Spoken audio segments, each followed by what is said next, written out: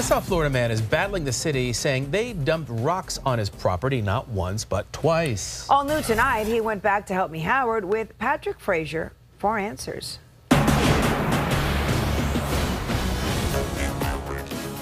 Alvin Lewis's family has been around Fort Lauderdale for a long time. A park was named after my father, called Lewis Chisholm Park. Alvin owns several properties in Fort Lauderdale and likes to do things to help the city, like letting them use this empty lot he owns as a staging area.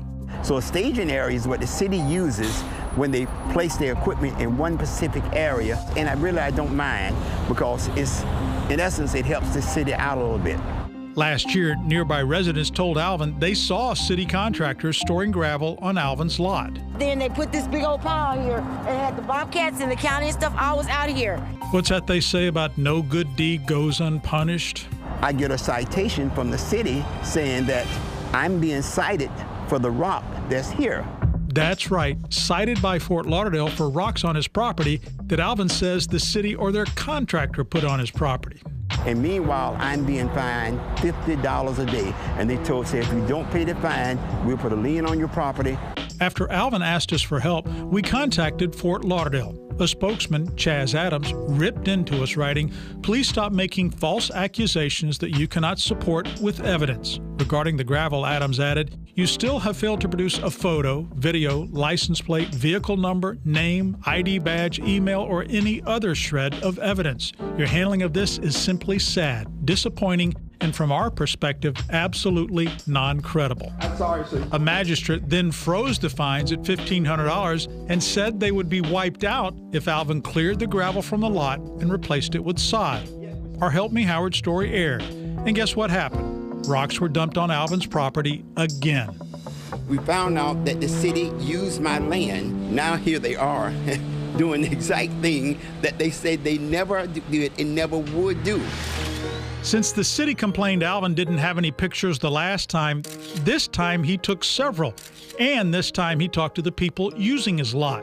This time they're saying that they had permission from the owner to use the lot. That's when I informed the supervisor from the city of Fort Lauderdale that I am the owner. And Alvin says after he got fined the first time, he told the city to stay off his lot. Owner, Louis Allen. So he headed back to the magistrate to show the pictures that proved the city and their contractor were dumping rocks on his lot. But he never had to say a word. Mr. Lewis's lot was being used as a staging area for emergency repairs. Fort Lauderdale said the city stood by their statement that they did not dump rocks on Alvin's property the last time. As for the dumping this time, their spokesman wrote, "A manhole collapsed, and without the city's knowledge, the contractor used Mr. Lewis's lot to stage the equipment needed to make the repairs." Alvin was fuming. Dragged through the dirt for almost a year, calling me a liar and said this never ever happened. As for the fines against Alvin, the city said, never mind. As far as code enforcement is concerned, we're requesting to vacate the order. The contractor has removed the equipment and replaced the sod on Alvin's property. Alvin wants him to do one more thing: stay away. They are no longer allowed to use my property for anything, the city, because I refuse to be dragged through this again, stating that I'm a liar for something that they created. Alvin just wants the city to go away, but Howard says he could actually demand they pay him for using his property without his permission. Alvin says he then asked to be paid. The city has not responded. If they don't, Alvin says he'll sue them. Got a rocky mess dumped on you? Ready to stage a cleanup? Contact us. Hopefully our good deed will get applause instead of punishment. With this Help Me Howard, I'm Patrick Fraser, 7 News.